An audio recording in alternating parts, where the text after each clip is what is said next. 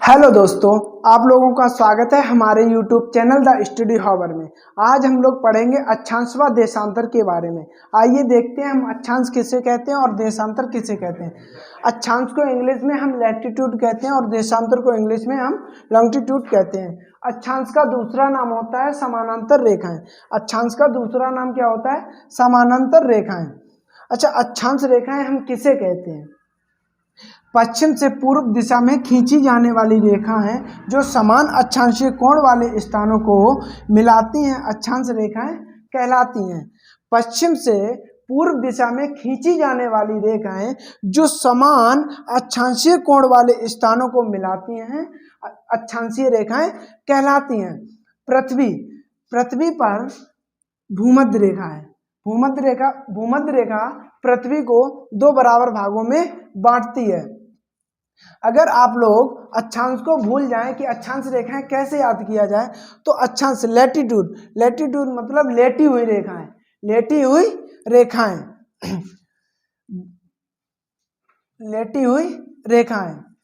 0 degree, इसे हम क्या कहते हैं? भूमध्य रेखा। 0 डिग्री को हम क्या कहते हैं? भूमध्य रेखा।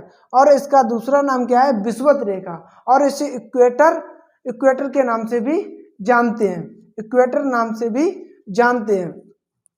जब पृथ्वी को भूमध्य रेखा दो बराबर भागों में बांट देती है तो पृथ्वी दो भागों में बट जाती है, उत्तरी गोलार्ध और दक्षिणी गोलार्ध। उत्तरी गोलार्ध और दक्षिणी गोलार्ध। उत्तरी गोलार्ध को हम स्थलीय भाग भी कहते हैं। उत्तरी गोलार्ध को हम स्थलीय भाग भी कहते हैं और दक्षिणी गोलार्ध को हम जलीय भाग कहते हैं। जलीय भाग क्यों कहते हैं? क्योंकि इसमें ज्यादा जल उपस्थित है, इस कारण हम इसे जलीय भाग कहते हैं। और इसे हम स्थलीय भाग क्यों कहते हैं उत्तरी गोलार्ध को? क्योंकि यहाँ पर ज्यादा स्थल है, इसलिए हम इसे स्थलीय भाग भी कहते हैं। हमारी पृथ्वी दो बराबर भागों में बटी हुई है, एक उत्तरी गोलार्ध और एक दक्षिणी गोलार्ध। एक उत्तरी गोलार्ध और एक दक्षिणी गोलार्ध। उत्तरी गोलार्ध में कुल कितने अक्षांश होते हैं? 90। उत्तरी गोलार्ध में कुल कितने अक्षांश होते हैं? 90। और दक्षिणी गोलार्ध में कुल कितने अक्षांश होते हैं? 90। उत्तरी गोलार्ध में कुल कितने अक्षांश व्रत होते हैं? कुल कितने अक्षांश व्रत होते हैं? 89। कितने? 89। उत्तरी गोलार्ध में कुल कितने अक्षांश व्रत होते हैं? 89। 89 क्यों रहते हैं? क्योंकि जब हम ध्रुवों की तरफ जाते हैं, विषुवत रेखा से हम ध्रुवों की तरफ जाते हैं तो हमारे अक्षांशीय रेखाएं घटती जाती हैं। तो हम यहाँ पे जब पहुँचते हैं तो यहाँ एक बिंदु जैसा रह जाता है। ना वो वृत्त में गिना जाता है और ना वो लाइन में गिना जाता है। इसलिए हमारी अक्षांशीय रेखाएं कितनी रह जाती हैं? 89। बिल्कुल वैसा ही हमारे दक्षिणी गोलार्ध में होता है। कैसे? अक्षांश कितने हो जाते हैं? 90 और अक्षांश वृत्त कितने होते हैं? 89। अक्षांश वृत्त कितने होते हैं? 89 होते हैं। तो हम देखेंगे हमारी पृथ्वी पर कुल कितने अक्षांश होते हैं? 90 और 90 कितने होते हैं? 180। और एक ये भूमध्य रेखा भी तो एक वृत्त बनाती है, तो टोटल हमारे कितने हो जाते हैं? 181। कुल अक्षांश वृत्त कितने होते हैं? 89 इस साइड के उत्तरी गोलार्ध के और 89 दक्षिणी गोलार्ध के। इन दोनों को अगर हम जोड़ दें तो मेरे कितने बनते हैं? 178 व्रत बनते हैं। और प्लस ये भूमध्य रेखा वाला, तो हमारे कितने व्रत हो जाते हैं? 179। और कुल अक्षांश रेखाएं कितनी हो जाती हैं? 89 उत्तरी गोलार्ध में अक्षांश रेखाएं और 89 दक्षिणी गोलार्ध में रेखाएं, तो अक्षांश रेखाएं। तो इन दोनों को जोड़ देंगे तो कितना हो जाता है? 178 और प्लस एक ये भूमध्य रेखा वाली रेखा, तो इन दोनों को जोड़कर हमारे पास कितनी हो जाती है? 179 रेखाएं। विषुवत रेखा से हम ध्रुवों की तरफ जाते हैं तो हमारी रेखाओं का आकार घटता हुआ दिखाई देता है। और दो रेखाओं के बीच, दो अक्षांशीय रेखाओं के बीच की दूरी को हम क्या कहते हैं? कोई आपसे अगर पूछे दो अक्षांशीय रेखाओं के बीच की दूरी को हम क्या कहते हैं? कटिबंध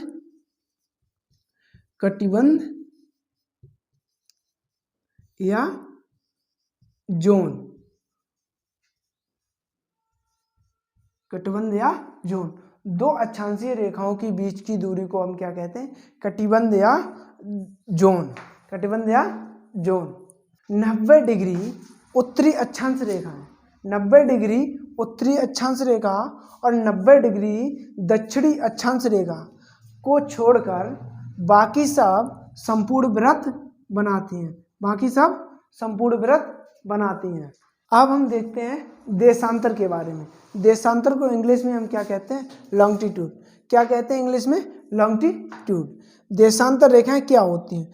उत्तरी ध्रुव को दक्षिणी ध्रुव से मिलाने वाली रेखाओं को, उत्तरी ध्रुव को दक्षिणी ध्रुव से मिलाने वाली रेखाओं को हम देशांतर रेखा कहते हैं। देशांतर रेखा कहते हैं। उत्तरी ध्रुव को दक्षिणी ध्रुव से मिलाने वाली रेखाओं को हम देशांतर रेखा कहते हैं।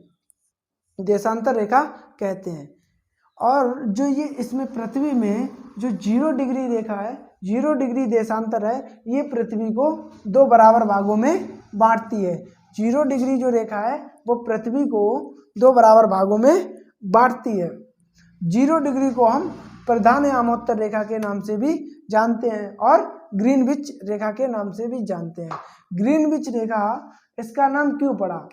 22 अक्टूबर, कब? 22 अक्टूबर 1984 में एक अंतर्राष्ट्रीय बैठक हुई। 22 अक्टूबर 1984 में एक बैठक हुई, अंतर्राष्ट्रीय बैठक हुई।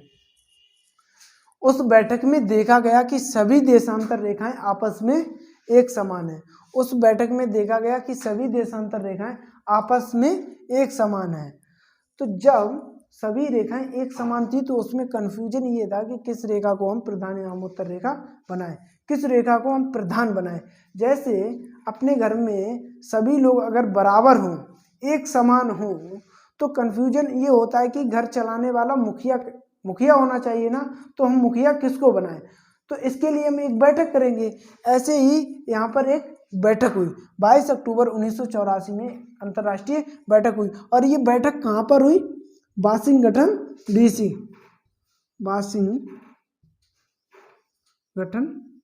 डीसी में बैठक हुई थी। बैठक हुई तो देखा गया कि जो रेखा थी वो लंदन के पूर्व में ग्रीनविच नामक स्थान से गुजर रही थी, इसलिए हम इस रेखा को ग्रीनविच नाम से भी जानते हैं।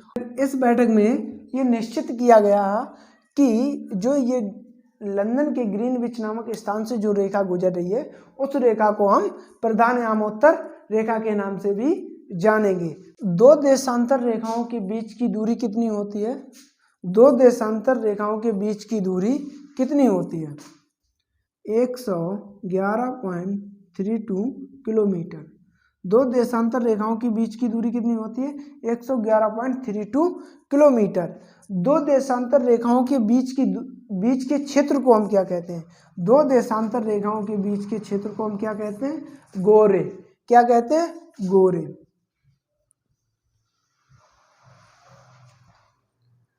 2 देशांतर रेखाओं के बीच की दूरी सर्वाधिक कहाँ होती है?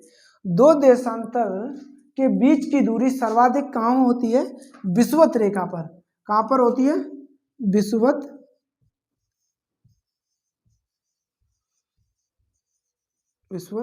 रेखा पर। इससे आगे हम अपनी अगली वीडियो में पढ़ेंगे। आपको मेरी वीडियो अगर अच्छी लगी हो तो लाइक करें, सब्सक्राइब करें और वीडियो को शेयर करें। धन्यवाद।